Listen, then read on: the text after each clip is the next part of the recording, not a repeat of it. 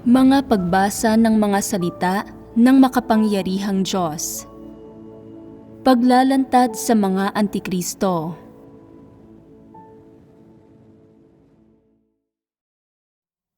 Unang Ekskursus. Kung ano ang katotohanan. Ano eksakto ang kahihiyan? Kailangan bang tiisin ng mga mananampalataya ang kahihiyan? Umiiral ba ang kahihiyang ito? Hindi. Hindi ito umiiral. Hindi ito umiiral. Kaya, hindi ba nalutas ang isyong ito? Sa susunod na marinig mong sabihin ng isang tao na ang unang bagay na dapat mong matutunan bilang isang mananampalataya ay ang magtiis. Ano man ang mangyari, dapat mong tiisin ito at pigilin ito sa loob. Dapat bang may sabihin ka sa kanila kapag naririnig mo silang sinasabi ang mga salitang ito? Ano ang dapat mong sabihin? Sabihin mong, para saan ka nagtitiis?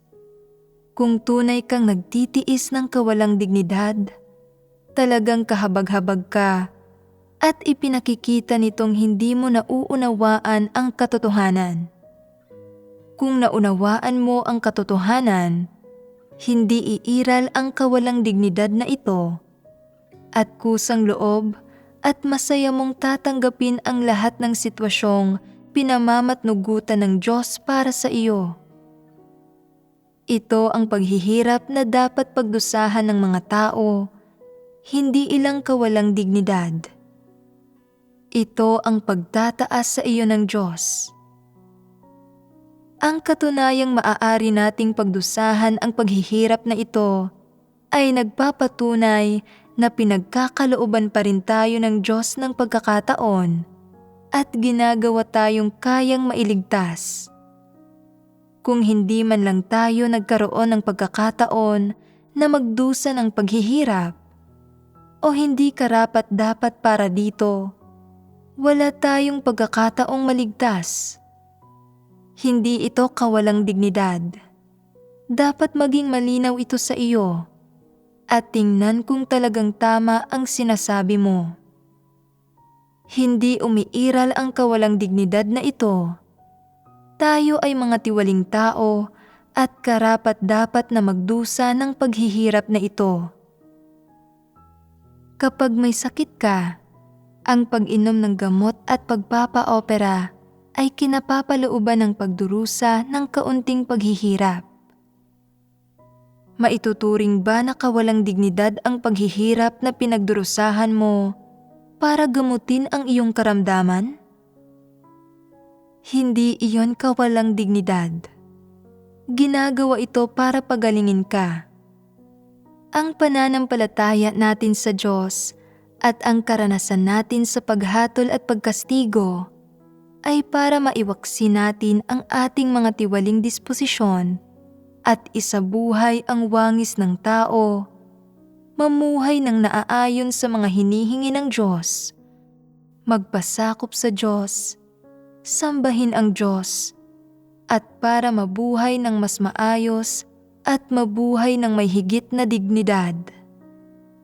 Karapat-dapat tayong magdusa ng paghihirap na ito dahil sa ating mga tiwaling disposisyon. Ang pagdurusa ng paghihirap na ito ay para sa kapakanan ng pagkamit ng katotohanan at buhay. Hindi natin ito maaaring bigyang kahulugan bilang kawalang dignidad. Dapat nating tanggapin ito bilang ating responsibilidad at obligasyong tutuparin at bilang ang landas na dapat nating tahakin. Ito ang pagtataas ng Diyos at dapat nating purihin ang Diyos sa pagtataas sa atin at purihin Siya para sa pagkakataong ipinagkakaloob niya sa atin.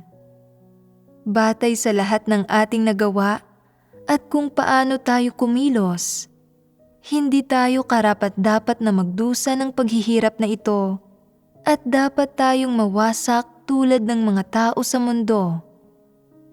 Kung tinatrato natin ang paghihirap na dapat nating pagdusahan at ang lahat ng biyayang ito na ipinagkaloob sa atin ng Diyos bilang kawalang dignidad, seryoso na wala tayong konsensya at sinasaktan natin ang puso ng Diyos.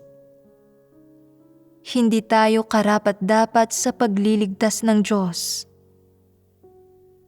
Hindi ba't ito ang kaso? Ang kaunting doktrinang ito ay napakasimple. Hindi ba't dapat magawa itong maunawaan ng isang tao kahit hindi ito sabihin? Sa pagiging naliwanagan sa ganitong paraan at sa pag-unawa sa mga bagay na ito, magiging mas panatag ang puso ng mga tao at hindi sila kikilos ng hindi makatwiran kapag nangyayari sa kanila ang mga bagay-bagay. Alam ng ilang tao ng malinaw sa puso nila na ito ang katotohanan at na dapat nilang tanggapin ito. Subalit kapag nagsasalita sila, sinasabi pa rin nilang talagang hindi ito makatarungan. Nagsasalita ng nagsasalita hanggang sa lumabas ang mga salita ng paghato laban sa Diyos. Huwag kang gumawa ng ganitong mga bagay. Sa tuwing may nangyayari sa iyo, hanapin mo ang katotohanan. Ito ang unang mahalagang bagay. Huwag mo ito kailanman kaliligtaan. Kung kinikilala mo na ang Diyos ang katotohanan, ang daan at ang buhay, hindi mo dapat tratuhin ang anumang sitwasyon na idinudulot ng Diyos bilang gawain ng tao. Sa halip, dapat mong tratuhin ang bawat sitwasyong idinudulot ng Diyos bilang isang pagkakataon para baguhin ang iyong disposisyon at isang pagkakataon para tanggapin ang katotohanan. Natapos ko nang magbahagi tungkol sa kahulugan ng kahihiyan. Sunod, magbabahagi ako tungkol sa susunod na bahagi na kung ano ang ibig sabihin ng magdala ng mabigat na pasanin. Ngayon lang ay pinag-usapan natin ang tungkol sa kung paanong ang mabigat na pasanin na dinadala ng mga tao ay isang pagnanais at isang ambisyon sa kaibuturan ng kanilang puso, isang layo na inaasahan nilang makamit. Pagdating sa mga mananampalataya ng Diyos na iniligtas ng Diyos at tumatanggap sa pamumuno ng Diyos, kailangan ba nilang tiisin ang kahihiyan at pasanin ang mabigat na pasanin? Ngayon lang, sinabi ko na ang pariralang pagtitiis ng kahihiyan ay hindi makatwiran sa sambahayan ng Diyos. Hindi mo kailangang magtiis ng kahihiyan. Hindi mo kailangang maramdaman na nagdadala ka ng labis-labis na paghihirap. Hindi kailangang maramdaman ng puso mo na hindi ka patas na tinatrato. At hindi mo kailangang tiisin ang lahat ng kawalang dignidad na ito para mapalugod ang Diyos, na para bang napakarangal mo. Hindi mo kailangang gawin ang mga bagay na ito. Kaya, ano ang ibig sabihin ng pagdadala ng isang mabigat na pasanin? Kung sasabihin ng isang tao na pinagdurusan ng Diyos ang mga tao ng lahat ng paghihirap na ito para magawa nilang maisakatuparan ang mas malalaking responsibilidad at mga misyon at makatanggap ng mas malalaking pagpapala at ng isang mas magandang destinasyon, magiging tama at makatwiran ba ang pahayag na iyon? Hindi ito tama. Kung gayon, paano natin ito dapat tukuyin? Pinahihintulutan ng Diyos ang mga tao na maligtas at magkamit ng pagkatakot sa Diyos at pag-iwas sa kasamaan, at idinudulot na mabuhay sila ng mas mabuti. Ginagawa ba ito ng Diyos para sa kapakanan ng mga tao o para sa sarili niyang kapakanan sa eksakto? Siyempre, para ito sa kapakanan ng mga tao. Ang mga tao ang pinakamalaking benepisyaryo. Kaya nga sinasabi ko na wala itong kinalaman sa kung ano ang nakukuha ng Diyos dito, lalong hindi kung gaano kalaki ang mga pagpapala na maaaring matanggap ng mga tao sa pagdurusa ng paghihirap na ito. Hindi mo kailangang magtiis at hindi mo kailangang magkaroon ng ganitong mga uri ng mga dakilang adhikain, ni hindi mo kailangang talikuran ang mga bagay sa ganitong paraan.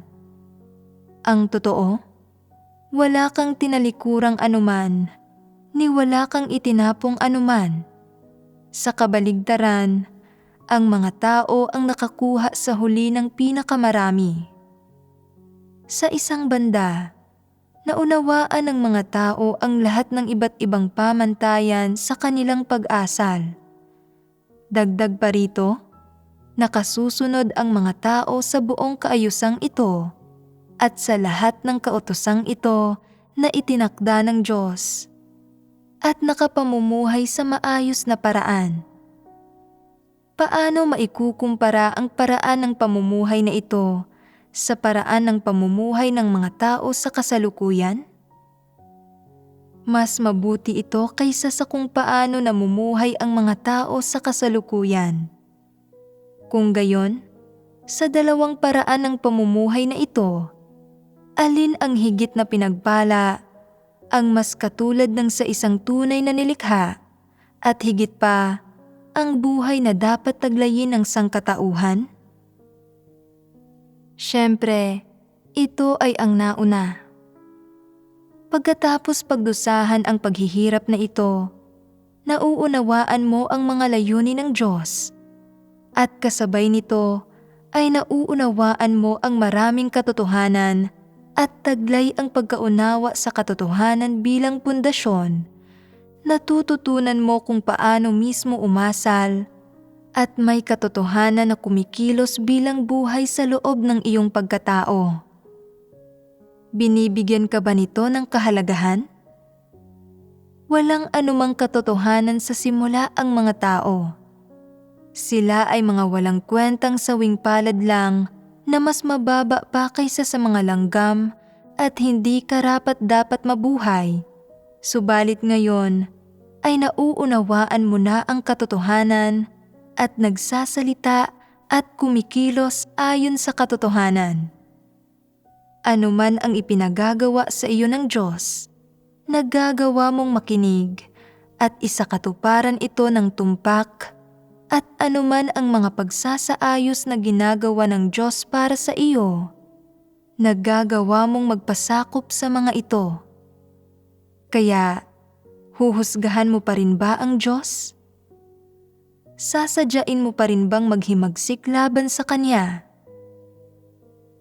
Kung susulsulan ka ng isang tao na maghimagsik laban sa Diyos, gagawin mo ba ito? Kung may isang tao na gagawa ng mga kasinungalingan tungkol sa Diyos para ilihis ka, paniniwalaan mo ba ito? Hindi. Hindi ka maniniwala. Kaya, hindi ka maghihimagsik laban sa Diyos sa subjektibo o objektibong paraan man. Ang ganitong mga tao ay ganap na namumuhay sa ilalim ng kapamahalaan ng Diyos. Kung gayon, kailangan pa ba ng mga taong tulad nito na tiisin ang pasakit ng mga tao sa kasalukuyan? May pagkamuhi pa rin ba at pasakit sa puso nila? May malulungkot at masasakit na bagay ba sa puso nila? Wala roon ang pasakit na ito. Sa lahat ng ginagawa nila, ang mga taong tulad nito ay maprinsipyo at makilatis. Gayon din, kapag nangyayari ang mga bagay-bagay, ang Diyos ang may kataas-taasang awtoridad at hindi ka maaaring saktan ni Satanas. Nabubuhay ka bilang isang tunay na tao. Lilipulin ba ng Diyos ang mga taong tulad nito? Lilipulin ba ng mga taong tulad nito ang sarili nila? Hindi. Hindi nila gagawin. Ganap na ibang uri sila ng mga tao kumpara sa mga tiwaling tao sa kasalukuyan. Ang puso ng mga tao sa kasalukuyan ay puno ng pagkamuhi at pasakit. May kakayahan silang magpakamatay sa anumang oras o lugar, makipag-away at pumatay ng mga tao sa anumang oras o lugar, at gumawa ng masasamang bagay sa anumang oras o lugar na nagdadala ng sakuna sa mundo ng mga tao. Samantala, ang mga tao na iniligtas ng Diyos at na nagkamit ng katotohanan bilang buhay ay kayang magkakasamang mabuhay ng mapayapa nang walang labanan o pagkamuhi. Nagagawa nilang magpasakop sa mga pagsasaayos ng Diyos at nagpapasakop ng may nagkakaisang puso at pagsisikap sa bawat salitang sinasabi ng Diyos. Ang mga taong ito ay nabubuhay lahat sa salita ng Diyos at nagsisikap sa parehong direksyon. Para sa kapakanang maisakatuparan ang kalooban ng Diyos, na nauunawaan mo ang katotohanan, nauunawaan niya ang katotohanan, at nauunawaan nila ang katotohanan, maaari pa rin ba silang magkaroon ng magkakaibang pananaw kapag magkakasama sila? Hindi. Sa ganitong paraan, makararating sila sa punto kung saan ang lahat ay nabubuhay sa presensya ng Diyos, namumuhay sa Kanyang salita, namumuhay ayon sa katotohanan, at kung saan ang puso ng mga tao ay magkakaayon. Sa ganitong paraan, maaari pa rin bang magkaroon ng patayan at labanan sa pagitan ng mga tao? Hindi na. Kailangan pa ba ng mga taong magtiis ng pasakit? Walang pasakit. Ang mga taong tulad nito ay namumuhay ng pinagpalang buhay na walang labanan o patayan. Kung gayon, paano dapat pangasiwaan ng mga tao ang lahat ng bagay na ipinagkatiwala sa kanila ng Diyos? Dapat magkakasama silang mabuhay ng mapayapa. Bahagi nito ay na dapat magkakasama silang mabuhay ng mapayapa. Ang isa pang bahagi ay na dapat nilang pangasiwaan ang bawat bagay alinsunod sa kaayusan at mga kautusang itinakda ng Diyos, na ibig sabihin ay na ang buong kaayusang ito at lahat ng kautusang ito at mga nabubuhay na bagay ay pag-aari ng sangkatauhan, ay ginagamit ng sangkatauhan at lumilikha ng mga benepisyo para sa sangkatauhan. Napakaganda ng ganitong uri ng sangkatauhan. Sa panahong iyon, ang kapaligirang pinamumuhayan ng sangkatauhan ay ibinigay sa mga tao para pangasiwaan. Nagtatakda ang Diyos ng kaayusan at mga kautusan para sa mundong ito, para sa kapakanan ng mga tao, at pagkatapos ay hindi makikialam ang Diyos dito. Kung isang araw ay makakita ka ng isang lobo na kumakain ng kuneho, ano ang gagawin mo? Dapat hayaan mong kainin ito ng lobo. Hindi mo mapipigilan ang isang lobo na kumain ng mga kuneho at pakainin ito ng damo. Anong pagkakamali ang magagawa mo? Lalabag ka sa natural na kaayusan ng mga bagay-bagay. Kumakain ng damo ang mga kuneho at kumakain ng karne ang mga lobo. Kaya't dapat mong igalang ang likas na katangian ng mga ito at hayaan ang mga itong malayang umunlad. Hindi kinakailangang panghimasukan ang mga gawain at pamumuhay ng mga ito sa isang artipisyal at karagdagang paraan. Hindi mo kailangang pangasiwaan ang mga bagay na ito.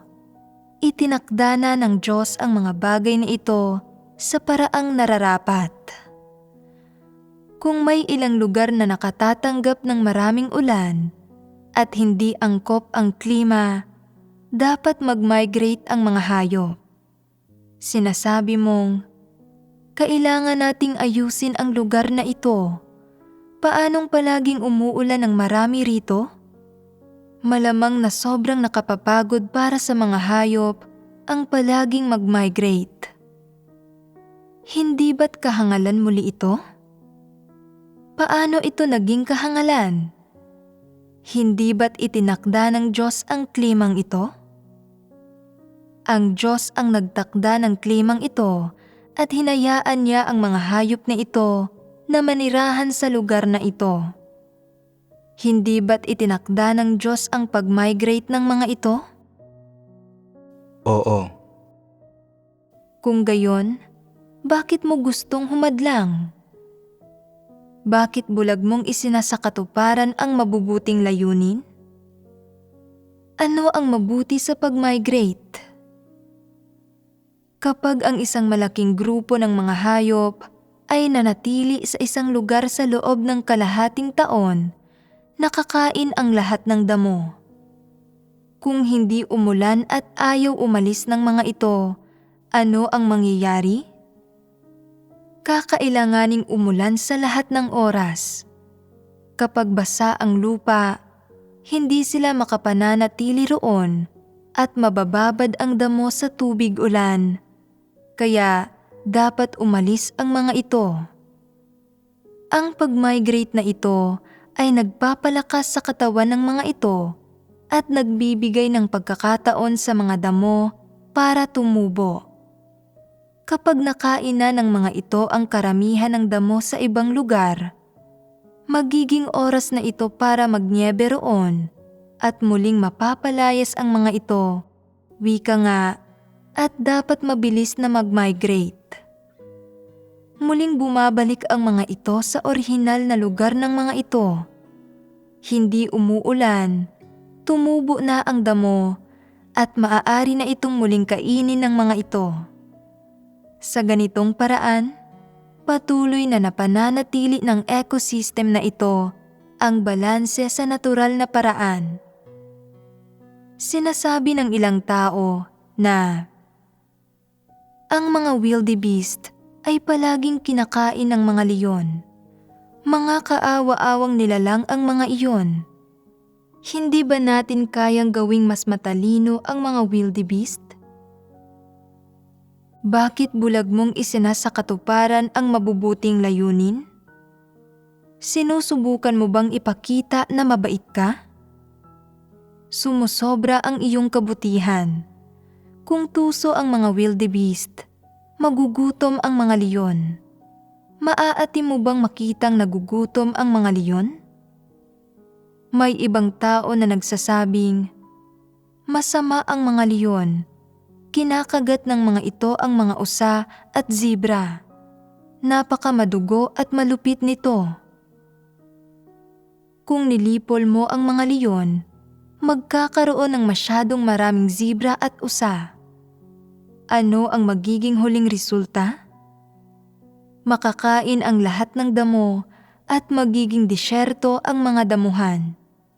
Matatanggap mo ba iyon?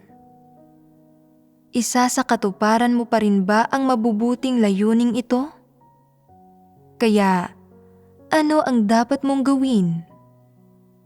Hayaan mong umunlad ang mga ito ng malaya. Ganito ito sa mga hayop.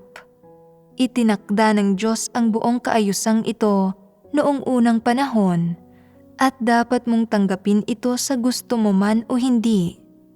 Dapat magpatuloy ang lahat ayon sa itinakda. Kung sasalungat ka sa natural na kaayusan, hindi mapananatili ang buhay. Kapag naunawaan mo na ang lahat ng kautosang ito, igagalang mo ang mga kautusan at titingnan mo ang mga bagay na ito ayon sa mga kautusan. Pagkatapos ay makikita mo ang karunungan ng kataas-taasang kapangyarihan ng Diyos sa lahat ng bagay. Bukod pa rito, ang lahat ng mga kautusang ito ay likas sa buhay. Paano ito nangyari? Itinadhana ito ng Diyos. Ganito ito isinaayos ng Diyos. Ang mga tao ay nagsasaliksik ng siyensya, nagsasaliksik ng biolohiya, nagsasaliksik ng lahat ng uri ng mga larangan ng pag-aaral. Nagsagawa sila ng napakaraming taon ng pananaliksik. Subalit, nauunawaan lang ang simpleng doktrina at kaayusan. Walang nakakikita sa kataas-taasang kapangyarihan o karunungan ng Diyos sa doktrina at penomenang ito. Bakit naging sobrang masalimuot at kamangha-mangha ang buong ecosystem at food chain na ito? Nililinaw lang ng mga tao ang isang penomena o nagpapahayag ng isang katunayan sa mga tao sa mundong ito. Subalit, walang sino man ang makapagbubuod o makakikita ng malinaw na ang lahat ng ito ay nagmula sa Diyos. Hindi ito nangyari sa sarili nito. Kung sasang-ayunan natin ang kasabihan na nangyayari ito sa sarili nito, bakit wala kailanmang nakakita sa isang unggoy na naging tao sa lahat ng taong ito? Ang lahat ng kautosang ito ay itinakda ng Diyos. May kinalaman ba ang mga ito sa mga unggoy na nagiging tao? Walang gayong bagay.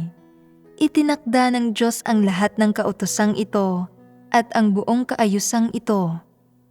Kung sapat na mapalad ang mga tao para manatili, sa panahong iyon ay hindi lang nila igagalang, pananatilihin, at pangangasiwaan ang buong kaayusan na ito at ang lahat ng mga kautosang ito. Higit sa lahat, sila rin ang magiging pinakamalaking benepisyaryo ng buong kaayusang ito at ng lahat ng kautosang ito. Inihanda ng Diyos ang lahat ng ito para sa sangkatauhan at itinakda ito para sa mga tao. Handa na ang lahat ng bagay para tamasahin ng mga tao. Sa lahat ng bagay, ang mga nilikha na mga tao ang pinakapinagpala. Ang mga tao ay may lingwahe, pag-iisip, kayang marinig ang tinig ng Diyos, kayang maunawaan ang mga salita ng Diyos, may lingwaheng ginagamit para makausap ang Diyos, at ang pinakadalubhasa sa pag-unawa sa mga salita ng Diyos. Ang pinakamalaking pagpapala sa kanila ay na pinagkalooban sila ng Diyos ng pinakamalaking kapital na magagamit nila para magtamo ng kaligtasan at makaharap sa Kanya. Sa huli, ang lahat ng ginawa ng Diyos at ang buong kaayusang ito at ang lahat ng kautosang itinakda ng Diyos ay mangangailangan ng mga tao para mangasiwa at mangangailangan ng mga tao para mapanatili. Iyong mga taong nagsasaliksik at naninira lang, nakapipinsala at binabaliko ang buong kaayusang ito at lahat ng kautosang ito ay dapat nalipulin. Nagdusa ang mga tao ng labis na paghihirap. Umiiral ba talaga ang magandang destinasyon na pinaniniwalaan ng mga tao sa puso nila at na hinahangad at inaasam nila? Hindi talaga ito umiiral. Isa lang itong pagnanais at ambisyon ng mga tao at naiiba ito sa gustong ipagkaloob ng Diyos sa mga tao. Dalawang magkahiwalay na bagay ang mga ito at walang kinalaman ang mga ito sa isa't isa. Kaya't ang bahaging pagdadala ng mabigat na pasanin, sa pagtitiis ng kahihiyan at pagdadala ng mabigat na pasanin ay hindi umiiral sa mga tao. Ano ang ibig kong sabihin na hindi ito umiiral? Na ang magandang destinasyon na pinaniniwalaan mo at ang mga bagay na gusto mong matupad sa mga ambisyon at pagnanais sa kaibuturan ng iyong puso ay hindi talaga umiiral. Gaano man katinding paghihirap ang pinagdurusahan mo o gaano katinding kawalang dignidad ang tinitiis mo, sa huli, ang destinasyong inaasam-asam mo, ang mga bagay na ninanais mong makamit, ang taong ninanais mong maging, at ang antas kung saan mo gustong mabiyayaan ay hindi makatwiran. Hindi iyon ang mga bagay na gustong ipagkaloob sa iyo ng Diyos. Anong iba pang problema ang mayroon dito? Ang pagtitiis ng kahihiyan at pagdadala ng mabigat na pasanin ay kapag itinatago ng mga tao ang tunay na kakayahan nila sa pamamagitan ng pagtitiis ng kawalang dignidad, pagkatapos ay magdurusa ng kawalang dignidad para makamit ang mga layo nila. Ano ang mga layong ito? Ito ang mga mithiin at maging mga pagnanais sa kaibuturan ng puso ng mga tao. Kaya, kapag nagdurusa ang mga mananampalataya ng paghihirap, ito ba ay para matugunan ang isang pagnanais? Hindi. Kung gayon, para saan ito? Kapag nagdurusa ng paghihirap ang mga mananampalataya, ang layunin ba na gusto nilang hangarin at kamtin ay positibo o negatibo? Positibo. Konektado ba ito sa pagnanais? Hindi. Kung gayon, ano ang positibong layong ito? Para iwaksi ang tiwaling disposisyon nila, maging isang tunay na tao at mabuhay ng mas mabuti. Ano pa? Para maging isang taong ligtas at para hindi na muling maghimagsik laban sa Diyos.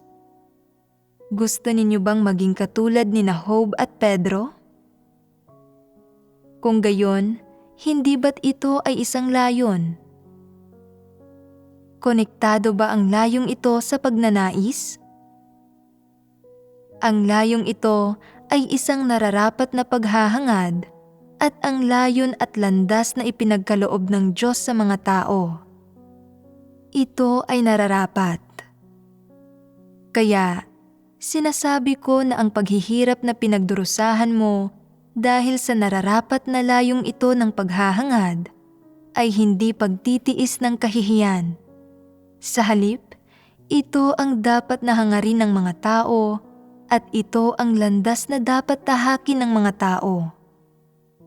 Kaya bang tahakin ng mga taong iyon na nag-iisip ng malalim sa puso nila na sila ay taong nagtitiis ng kahihiyan ang landas na ito? Hindi nila kaya at hindi rin nila kayang makamit ang layong ito. Kung titingnan ito ngayon, katotohanan ba ang pariralang, pagtitiis ng kahihiyan at pagdadala ng mabigat na pasanin?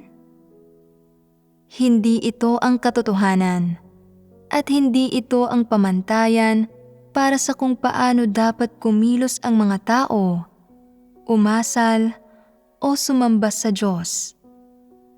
Kailangan ba ng mga tao na tiisin ang kahihiyan at dalhin ang mabigat na pasanin para maligtas ng Diyos? Tama ba umaling sabihin na nakamit ng isang tao ang kaligtasan sa pamamagitan ng pagtitiis ng kahihiyan at pagdadala ng mabigat na pasanin? Mali. Paano ito naging mali? Ang pagtitiis ng kahihiyan at pagdadala ng mabigat na pasanin ay hindi pagsasagawa ng katotohanan. Kaya, paano niya makakamit ang kaligtasan? Katulad ito ng pagsasabi na pumatay ng mga tao ang isang tao, nanunog ng mga bagay at gumawa ng maraming masamang bagay. At sa kalaunan ay naging isang leader na minahal ng mga tao. Hindi ba't katulad ito ng pagsasabi nito?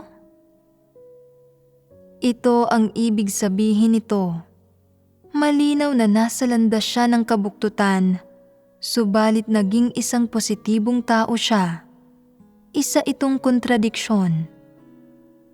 Kung sasabihin ng isang tao na ang isang tao ay nagtiis ng kahihiyan at nagdala ng mabigat na pasanin, at sa kalaunan ay nagkamit ng pagiging kaayon ng Diyos, o ang isang tao ay nagtiis ng kahihiyan at nagdala ng mabigat na pasanin, at sa kalaunan ay nanatiling matatag sa panahon ng mga pagsubok, o na ang isang tao ay nagtiis ng kahihiyan at nagdala ng mabigat na pasanin, at sa kalaunan ay nakumpleto ang atas ng Diyos. Alin sa mga pahayag na ito ang tama? Wala sa mga ito ang tama. Tama bang sabihin na may isang tao na nagtiis ng kahihiyan at nagdala ng mabigat na pasanin habang nagpapalaganap ng ebanghelyo sa buong kanayunan? Nakikita kong hindi sigurado ang ilang tao.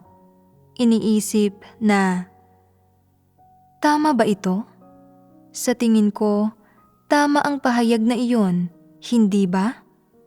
Maraming pagkakataon na kailangang magtiis ng kahihiyan at magdala ng mabigat na pasanin ang mga tao habang nagpapalaganap ng ebanghelyo at nagpapatotoo sa Diyos. Ang paggamit sa pariralang ito sa kontekstong ito ay tama, hindi ba? Hindi. Hindi ito tama. Bakit hindi? Sabihin mo sa akin. Dahil ang epekto na nakamit sa pamamagitan ng pagtitiis ng kahihiyan at pagdadala ng mabigat na pasanin ay hindi positibo. Ito ba ang tamang paglalapat? Suriin mo kung paanong mali ang pariralang ito. Himayin mo ito. Sa pagtitiis ng kahihiyan at pagdadala ng mabigat na pasanin habang nagbabahagi ng ebanghelyo, na pagbalik loob nila ang maraming tao, labis na nagbunga at naipalaganap ang pangalan ng Diyos. Hindi mo ba alam kung tama ang pahayag na ito? Kung ilalapat natin ito alinsunod sa bawat pahayag na pinagbahagi na natin ngayon, hindi tamang gamitin ang pariralang ito sa sitwasyong ito. Subalit, kung iisipin natin ng mas malalim ang tungkol sa kung paanong kapag nagpapalaganap ng ebanghelyo ang ilang tao, ay sinasaktan o sinisigawan sila ng mga potensyal na tatanggap ng ebanghelyo at itinataboy sa mga pintuan ng mga ito, maituturing ba ito bilang pagtitiis ng kahihiyan? Hindi. Kung gayon, ano ito? Paghihirap na dapat pagdusahan ng mga mananampalataya habang nagpapalaganap ng ebanghelyo. Tama iyon. Ito ay paghihirap na dapat pagdusahan ng mga tao. Ito ang kanilang responsibilidad, kanilang obligasyon, at ang atas na ipinagkaloob ng Diyos sa mga tao. Katulad ito ng kung gaano kasakit ang panganganak, hindi ba't paghihirap ito na dapat pagdusahan? Kung sasabihin ng isang babae sa kanyang anak na, nagtiis ako ng kahihiyan at nagdala ng mabigat na pasanin para isilang ka sa mundo, tamang bagay ba na sabihin iyon? Hindi. Nagdusa siya ng paghihirap, kaya bakit maling sabihin ito? Dahil paghihirap ito na dapat niyang pagdusahan. Halimbawa, Kung naghanap ang isang lobo ng maraming oras bago nakahuli ng isang kuneho at sinabing, "Nagtiis ako ng kahihiyan at nagdala ng mabigat na pasanin para makakain ng isang kuneho." Tama ba iyon? Hindi. Para makakain ng kuneho, dapat magsakripisyo ang lobo ng isang bagay bilang kapalit. Hindi lang uupo roon ang kuneho at hihintayin itong kainin ng lobo. Anong gampanin ang ganoon kadali? Ano man ang gampanin, kailangan ng isang tao na palaging magsakripisyo ng isang partikular na bagay. Hindi ito pagtitiis ng kahihiyan at pagdadala ng mabigat na pasanin. Sa ngayon, ano ang lubos nating ikinategorya sa pariralang, pagtitiis ng kahihiyan at pagdadala ng mabigat na pasanin? Ikinategorya natin ito bilang isang negatibo at nakasisirang parirala at ikinategorya ito bilang lohika ni Satanas at pilosopiya ni Satanas para sa mga makamundong pakikitungo. Wala itong kinalaman sa pananalig sa Diyos o sa mga positibong bagay. Kung sasabihin ng isang tao na ipinalaganap ko na ang ebanghelyo sa loob ng maraming taon, talagang tiniis ko ang kahihiyan at dinala ang mabigat na pasanin, hindi ito angkop. Ang pagpapalaganap ng ebanghelyo ay iyong responsibilidad at paghihirap na dapat mong pagdusahan. Kahit na hindi mo ipalaganap ang ebanghelyo, hindi ka ba magdurusa ng paghihirap sa pamamagitan lang ng pamumuhay? Ito ay paghihirap na dapat pagdusahan ng mga tao.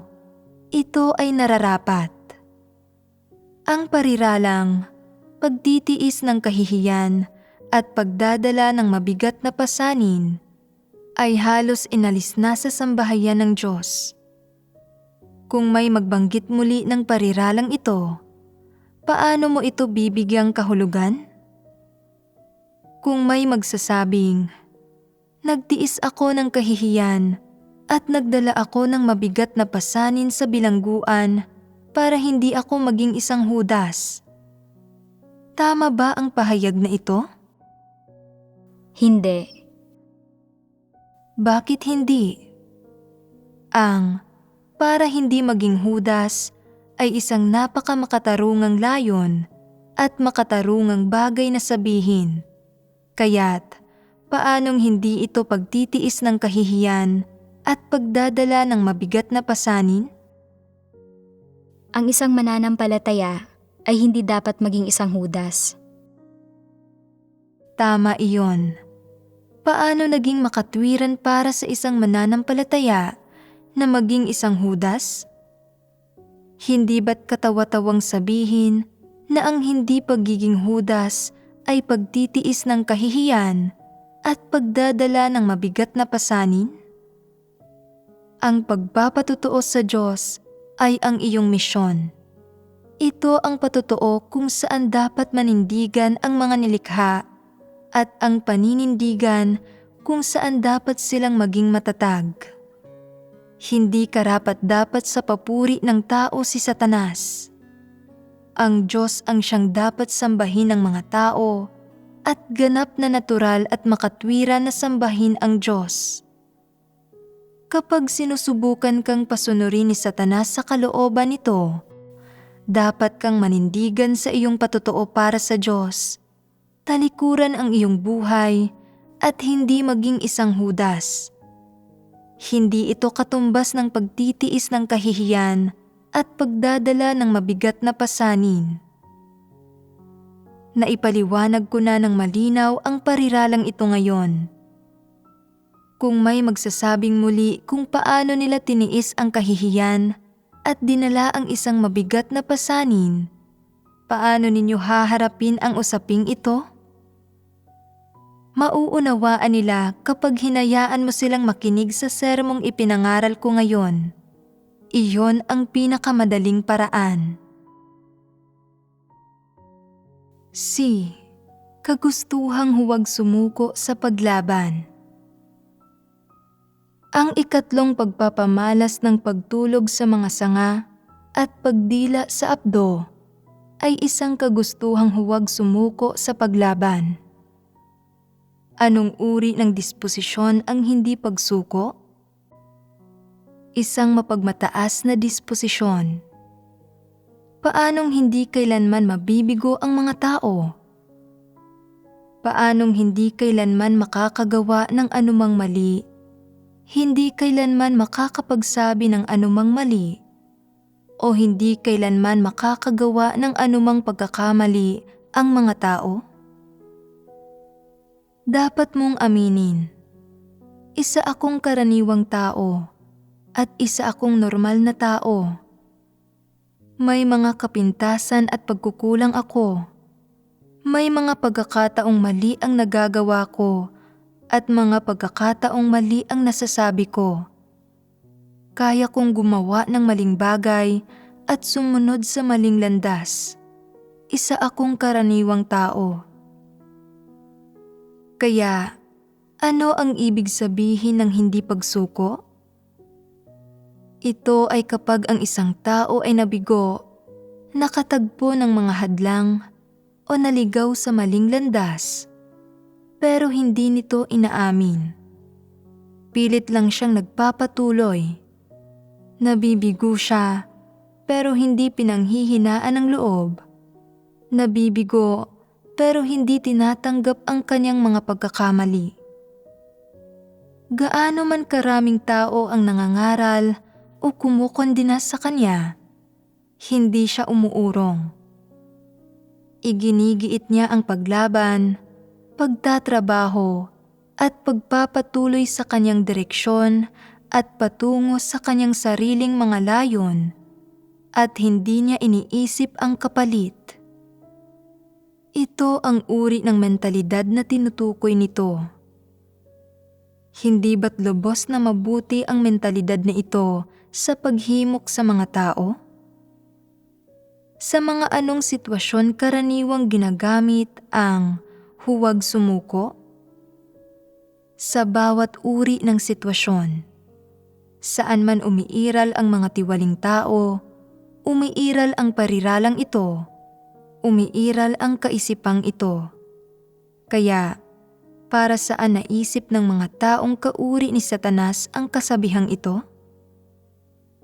Upang hindi kailanman maunawaan ng mga tao ang kanilang sarili, hindi makilala ang kanilang sariling mga pagkakamali, at hindi matanggap ang kanilang sariling mga pagkakamali.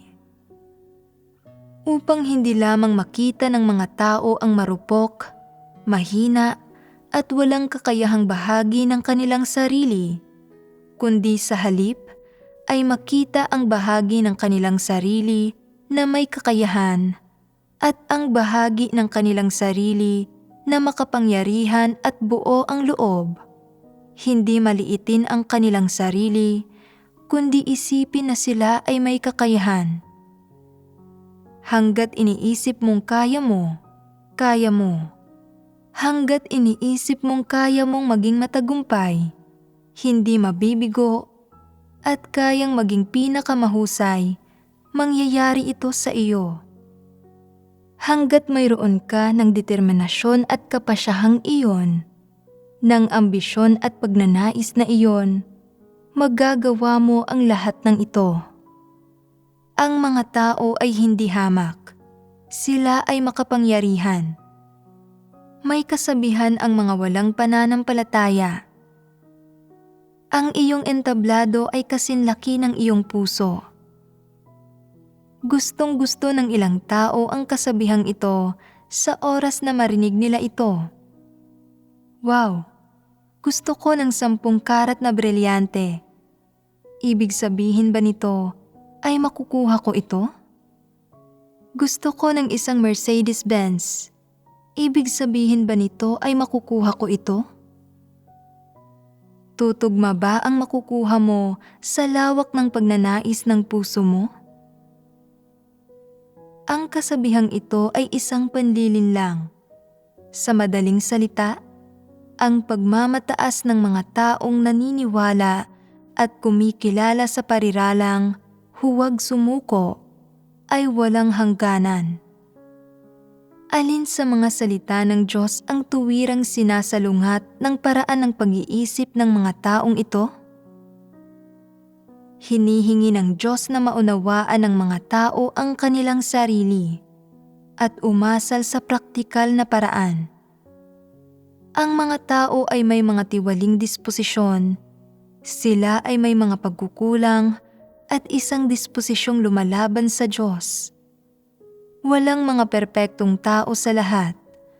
Walang taong perpekto, mga karaniwang tao lang sila. Paano hinimok ng Diyos ang mga tao na umasal? Ang umasal ng may mabuting pag-uugali at kumapit ng mahigpit sa kanilang lugar bilang mga nilikha sa isang praktikal na paraan. Hiningi ba kailanman ng Diyos sa mga tao na huwag sumuko? Hindi.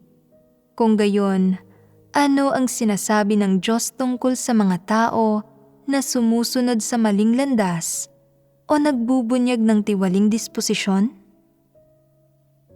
Kilalanin at tanggapin ito. Pagkatapos ay unawain ito, magawang baguhin ang sarili nila at kamtin ang pagsasagawa ng katotohanan. Sa kabaligtaran, ang hindi pagsuko ay kapag hindi nauunawaan ng mga tao ang kanilang sariling mga problema, hindi nauunawaan ang kanilang mga pagkakamali, hindi tinatanggap ang kanilang mga pagkakamali, hindi binabago ang kanilang sarili sa ano't anuman, at hindi nagsisisi sa ano't anuman, lalong hindi tinatanggap ang kataas-taasang kapangyarihan o mga pagsasaayos ng Diyos. Hindi lang sa hindi nila hinahanap kung ano ang eksaktong kapalaran ng mga tao o kung ano ang mga pamamatnugot at pagsasaayos ng Diyos. Hindi lang sa hindi nila hinahanap ang mga bagay na ito, kundi sa halip, inilalagay nila ang kapalaran nila sa sarili nilang mga kamay. Gusto nilang sila ang may huling salita.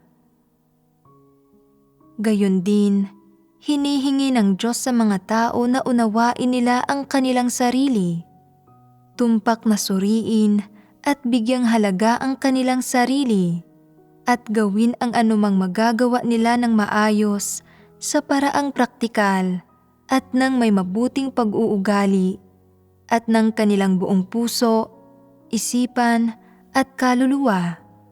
Samantalang ginagawa ni Satanas na lubusang gamitin ng mga tao ang kanilang mapagmataas na disposisyon at bigyan ng lubos na kalayaan ang kanilang mapagmataas na disposisyon. Idinudulot nito sa mga taong maging higit sa karaniwang tao, maging dakila at magkaroon pa nga ng mga higit sa karaniwang kapangyarihan. Idinudulot nito sa mga tao na maging mga bagay na hindi maaaring maging sila. Sa makatwid, ano ang pilosopiya ni Satanas? Ito ay na kahit na mali ka, hindi ka mali, at na hanggat mayroon kang mentalidad ng hindi pagtanggap ng pagkatalo, at hanggat mayroon kang isang mentalidad na huwag sumuko, hindi magtatagal ay darating ang araw na magiging pinakamahusay ka. At hindi magtatagal, darating ang araw na matutupad ang iyong mga kagustuhan at layon. Kaya, mayroon bang diwa kung saan ang ibig sabihin ng hindi pagsuko ay gagamit ka ng anumang pamamaraan para maisakatuparan ang isang bagay? Para makamit ang mga layunin mo, hindi mo dapat kilalanin na may kakayahan kang mabigo. Hindi mo dapat paniwalaan na isa kang karaniwang tao, at hindi mo dapat paniwalaan na may kakayahan kang sumunod sa maling landas. Dagdag pa rito, dapat walang prinsipyo mong gamitin ang bawat uri ng pamamaraan o lihim na pakana para maisakatuparan ang mga ambisyon at pagnanais mo. Mayroon bang anumang bagay tungkol sa hindi pagsuko kung saan hinaharap ng mga tao ang kapalaran nila nang may saloobin ng paghihintay at pagpapasakop? Wala. Iginigiit ng mga tao na ganap na ilagay ang kapalaran nila sa sarili nilang mga kamay. Gusto nilang kontrolin ang sarili nilang kapalaran. Hindi mahalaga kung saang daan man sila pupunta, pagpapalain man sila o anong uri man ng pamumuhay ang tataglayin nila. Dapat sila ang may huling salita sa lahat ng bagay. May kasabihan ang mga walang pananampalataya. Ang pagkakataon ay dumarating sa mga taong handa. Anong uri ng kasabihan ito?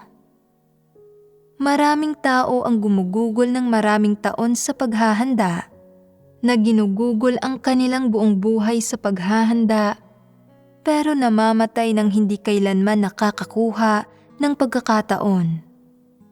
Paano ba dumarating ang pagkakataon? Mula sa Diyos. Kung hindi maghahanda ng pagkakataon ang Diyos para sa iyo, may silbi ba ang anumang paghahanda sa panig mo? Kung hindi plano ng Diyos na bigyan ka ng pagkakataon at hindi ito nakatadhana, kahit gaano karaming taon pa man ang gugulin mo sa paghahanda, ano ang silbi nito?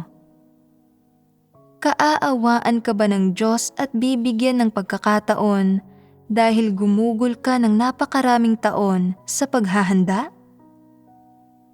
Gagawin ba ito ng Diyos? Darating ang isang pagkakataon kung inihanda ito ng Diyos para sa iyo, at kung hindi ito inihanda ng Diyos para sa iyo, hindi ka makakakuha ng pagkakataon. Mayroon bang anumang silbi ang hindi pagsuko? Sinasabi ng ilang tao, "Hindi ako sumusuko kailanman. Inilalagay ko ang kapalaran ko sa sarili kong mga kamay." Mabagsik ang kanilang mga salita, pero hindi nakasalalay sa kanila kung makakamit nila ito o hindi. Halimbawa, mayroong isang babae na gustong magkaroon ng lalaking anak. Nagsilang siya ng maraming anak, pero lumabas na babae silang lahat. Sinasabi ng ibang mga tao sa kanya na huwag nang mag-anak pa, at sinasabing hindi siya nakatadhana na magkaroon ng lalaking anak, pero hindi siya sumusuko at sinasabi, "Hindi ako naniniwala, hindi ako susuko." Nang ang kanyang ikasampung anak ay babae rin, sumuko na siya sa wakas. Mukhang hindi ako nakatadhana na magkaroon ng lalaking anak. Hindi pa rin ba siya sumusuko? Mayroon pa rin ba siyang kumpiyansa? Naglalakas loob pa rin ba siyang magkaroon ng marami pang anak? Hindi. Hindi na siya naglalakas loob. Kapag may ilang ibang taong nagnenegosyo, pinaplano niyang kumita ng 500,000 dolyar sa loob ng 2 taon. Sa simula, nang wala siyang kinikita sa unang kalahating taon, sinasabi niya, "Hindi bale. Hindi mahalaga ang hindi kumita ng pera sa unang kalahating taon. Sigurado akong kikita ako sa huling kalahati."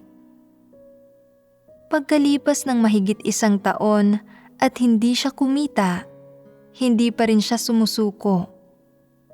"Hindi ako susuko kailanman. Naniniwala ako na ang lahat ay nasa mga kamay ng tao. Marami akong pagkakataon." Nang 2 taon na ang lumipas, hindi siya kumita ng 50,000, lalong hindi ng 500,000. Sa palagay niya, ay wala siyang sapat na oras at wala siyang sapat na karanasan. Kaya nagpatuloy siya at nag-aral ng 2 pang taon. Pagkalipas ng 4 na taon, hindi lang sa hindi siya kumita ng 500,000 dolyar, kundi nawala halos lahat ng kanyang puhunan, pero hindi pa rin siya sumusuko. Nakatadhana ako na magkaroon ng pera. Paanong hindi ko kayang kumita ng 500,000 dolyar? Kapag halos 10 taon na ang lumipas, magkakaroon pa rin kaya siya nitong layon na kumita ng 500,000 dolyar? Kung tatanungin mo siya ulit kung magkano ang balak niyang kitain ngayong taon, sasabihin niya, sapat na kung kaya kong mabuhay sa pamamagitan nito. Hindi pa ba siya sumusuko? Nabigo siya, tama? Paano siya nabigo? Nabigo ba siya dahil masyadong mataas ang kanyang target na kita? Ito ba ay tungkol doon? Hindi. Ito man ay mga ari-arian ng mga tao, mga anak, ang paghihirap na kanilang dinaranas sa kanilang buhay, o kailan at saan sila pupunta, hindi nila mapagpapasyahan ang alinman dito. Gustong pasukin ng ilang tao ang pampublikong pangangasiwa, pero hindi sila kailanman nakakakuha ng pagkakataon. Ang kawalan ba ng kakayahan ang dapat sisihin dito? May kakayahan sila, tuso, at alam kung paano bulahin ang mga tao. Kaya bakit napakahirap para sa kanila na maging mga pampublikong opisyal? Maraming tao na hindi kasing husay nila na mga naging opisyal, at maraming tao na minamaliit nila na naging mga opisyal. Ang mga taong ito ay magaling sa pagsasalita, mayroon silang tunay na talento at matatag na edukasyon na kanilang nakamit. Kaya, kung gusto nilang maging mga pampublikong opisyal, bakit napakahirap nito? Noong bata pa sila, hindi sila kailanman sumuko. Pero noong tumanda na sila at mga karaniwang kawani pa rin lang, sumuko na sila sa wakas at sinabi, ang kapalaran ng tao ay itinakda ng langit. Kung ito ay itinadhana, ito ay darating. Kung hindi, hindi ito makakamit sa pagsisikap. Isinuko na nila ang kanilang sarili sa kanilang tadhana, hindi ba? Anong nangyari sa kanilang huwag sumuko na mentalidad? Napapahiya ang mga tao sa harap ng mga katunayan. Ano ang naidudulot sa mga tao ng isang huwag sumuko na mentalidad? Pinapataba nito ang kanilang mga pagnanais at ambisyon. Ang idinudulot nito sa mga tao ay hindi positibong impluwensya o patnubay. Sa halip, nagdudulot ito ng isang uri ng negatibong, salungat na impluwensya sa kanila. Ang mga tao mismo ay walang alam sa kanilang posisyon sa sansinukob. Walang alam sa tadhanang pinlano ng langit para sa kanila. At walang alam sa kataas-taasang kapangyarihan o mga pagsasaayos ng Diyos. Higit pa riyan, nakuha nila itong tinatawag na mental na saklay. Ano sa huli ang nangyayari kapag ang mga tao ay nasa isang sitwasyon kung saan nagagawa lang nilang mailihis? Gumagawa sila ng maraming gawain para sa wala at gumagawa ng maraming walang silbing gawain. Para makamit ang kanilang mga layon, ang isang bagay ay na ang katawan at isipan ng mga tao ay nagtamo ng hindi maliit na kawalan at trauma. At tiyak na marami rin silang ginawang labis na kasamaan para maisakatuparan ang kanilang mga pagnanais, ambisyon at layon. Ano ang kahihinatnan ng kasamaang ito sa mga tao sa kanilang susunod na buhay? Magdadala lang ito ng kaparusahan. Ang idinudulot ng isang tiwaling disposisyon sa mga tao ay ambisyon at pagnanais. Sa mga bagay na idinudulot ng mga ambisyon at pagnanais ng mga tao na gawin nila, lehitimo ba ang alinman sa mga ito? Naaayon ba sa katotohanan ang alinman sa mga bagay na ito? Hindi. Ano ang mga bagay na ito? Mga gawa lang ito ng kasamaan. Ano ang sinasaklaw ng kasamaang ito?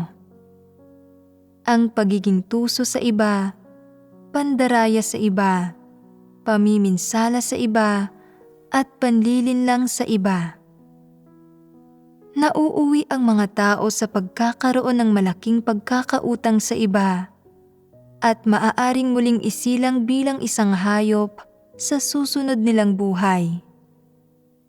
Kung sino man ang pinakalabis nilang pinagkakautangan, kung sino man ang pinakalabis nilang nilinlang, at kung sino man ang pinakalabis nilang dinaya, sa pamamahay nito sila maninirahan bilang isang hayop, hindi makapagsalita at inuutos-utusan ng mga tao. Kahit na muli silang isilang bilang isang tao, dadanas sila ng isang buhay ng walang katapusang paghihirap. Dapat nilang pagbayaran ang kanilang ginawa. Ito ang magiging negatibong kahihinatnan. Kung hindi sila ginabayan ng kasabihang huwag sumuko, hindi mapapataba ang kanilang mga ambisyon at pagnanais, at kung hindi natupad ang kanilang mga ambisyon at pagnanais sa loob ng 2 o 3 taon, malamang natalikuran sila ng mga tao, pero sa oras na mang-udyok si Satanas, lolobo ng lolobo ang kanilang mga pagnanais. Hindi problema ang mismong paglobong ito, pero idinudulot nito sa kanila na tumapak sa buktot na landas. Kapag nasa buktot na landas ang isang tao, kaya ba niyang gumawa ng mga mabuting bagay? Kaya ba niyang gumawa ng mga makataong bagay?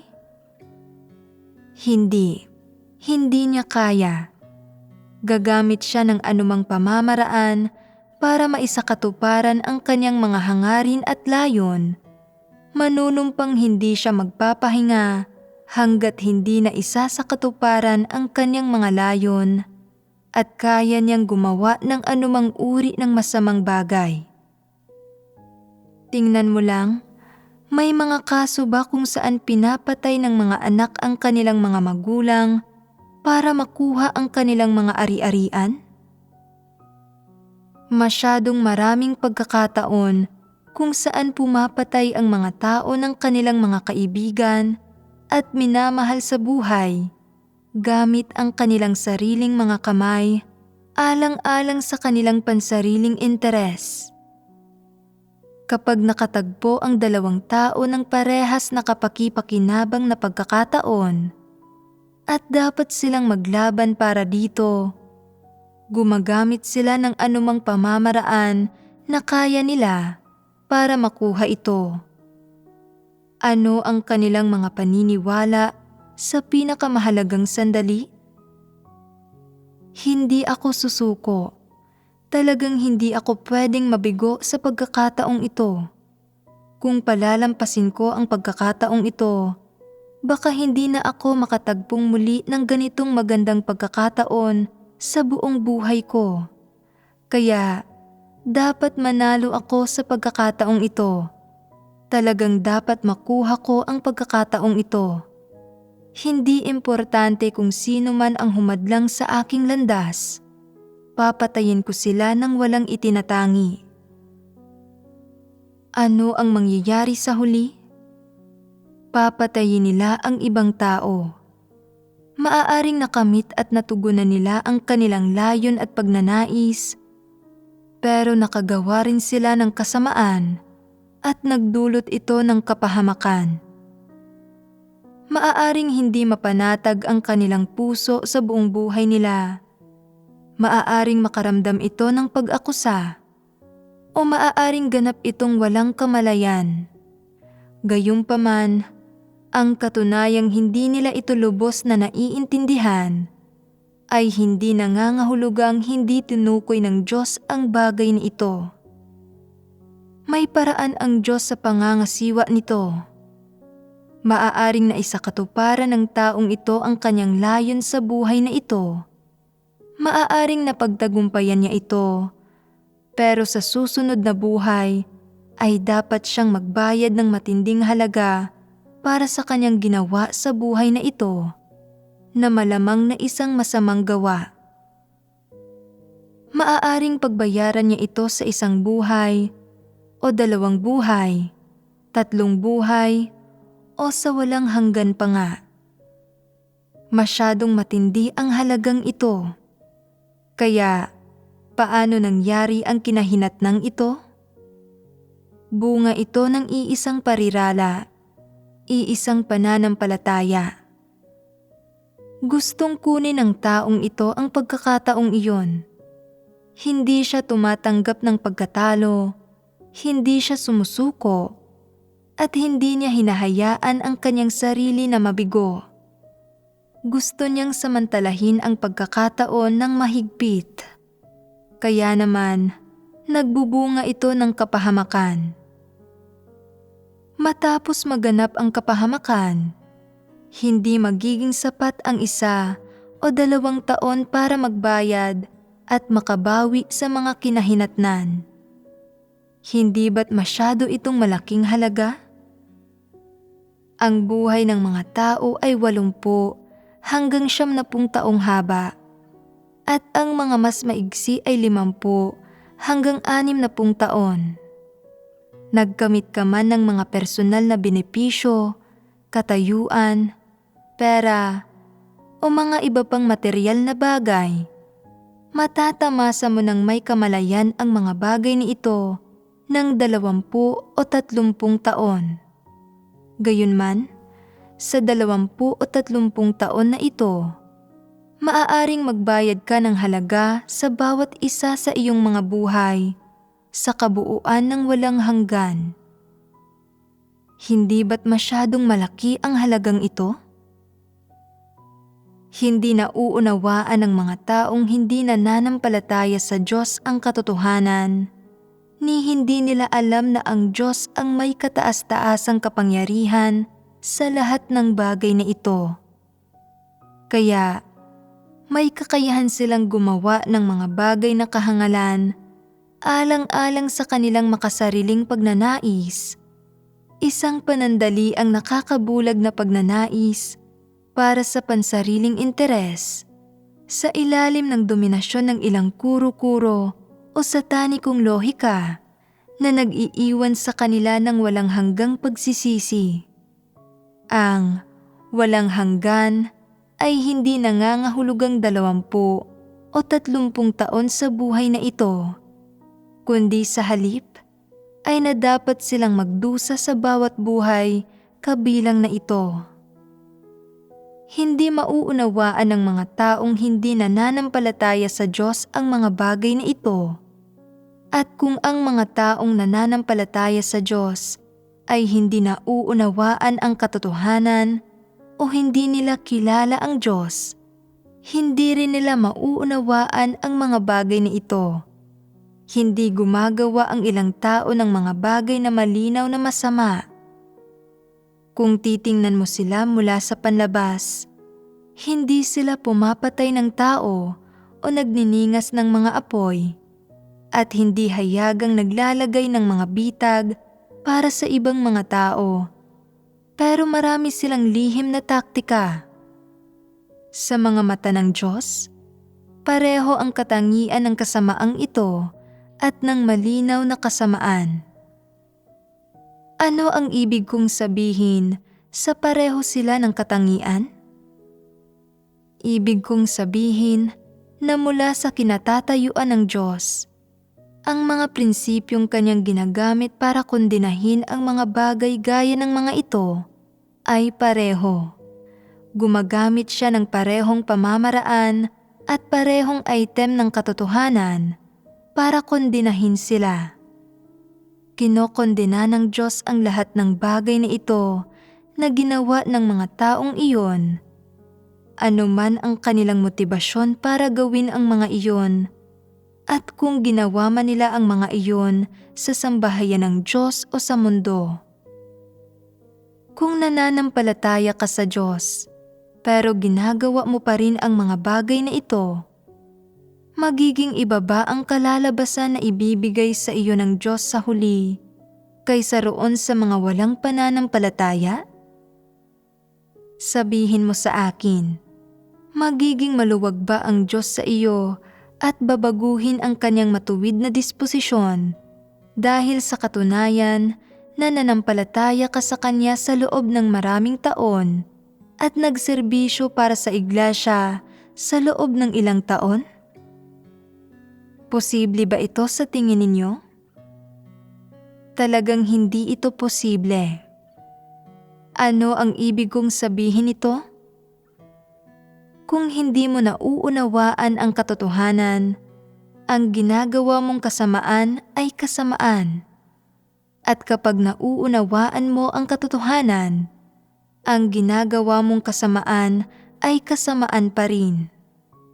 Mula sa kinatatayuan ng Diyos, kasamaan ang lahat ng ito. Katumbas ng bawat isa ang dalawang uri ng kasamaan na ito. Walang pinagkaiba ang dalawa. Hanggat hindi naaayon sa katotohanan ang isang bagay, ito ay kasamaan. Mula sa kinatatayuan ng Diyos, walang pinagkaiba sa katangian sa pagitan ng dalawa.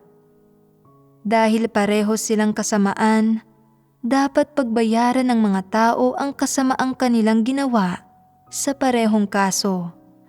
Dapat silang magbayad ng halaga. Ito ang matuwid na disposisyon ng Diyos. Pagdudahan mo man ito o paniwalaan ito, ito ang ginagawa ng Diyos at ganito niya tinutukoy ang mga bagay-bagay. Ano ang ibig kong sabihin nito? Isang katunayan ang ibig kong sabihin sa inyong lahat. Hindi mo dapat ipagpalagay. Pinili ako ng Diyos, kaya kinalugdan niya ako.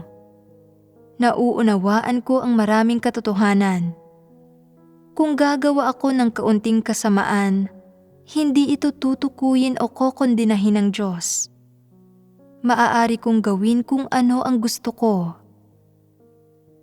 Magagawa ko ang kasamaan sa aking kamay gamit ang pagdadahilan ng pagdanas ng paghihirap para sa pagsasagawa ng katotohanan. Kung gayon, hindi ito kokondinahin ng Diyos, hindi ba? Mali ka. Pareho ang mga prinsipyo ng Diyos sa pagkondena ng kasamaan. Hindi mahalaga kung saang lugar ito nangyayari o sa aling grupo ng mga tao ito umiiral. Hindi pinag-iba ng Diyos ang iba't ibang lahi, ni hindi sa pagitan ng mga taong kanyang pinili at ng mga hindi niya pinili. Sila man ay walang pananampalataya o mananampalataya, iisa ang pagtingin sa kanila ng Diyos. Nauunawaan ninyo?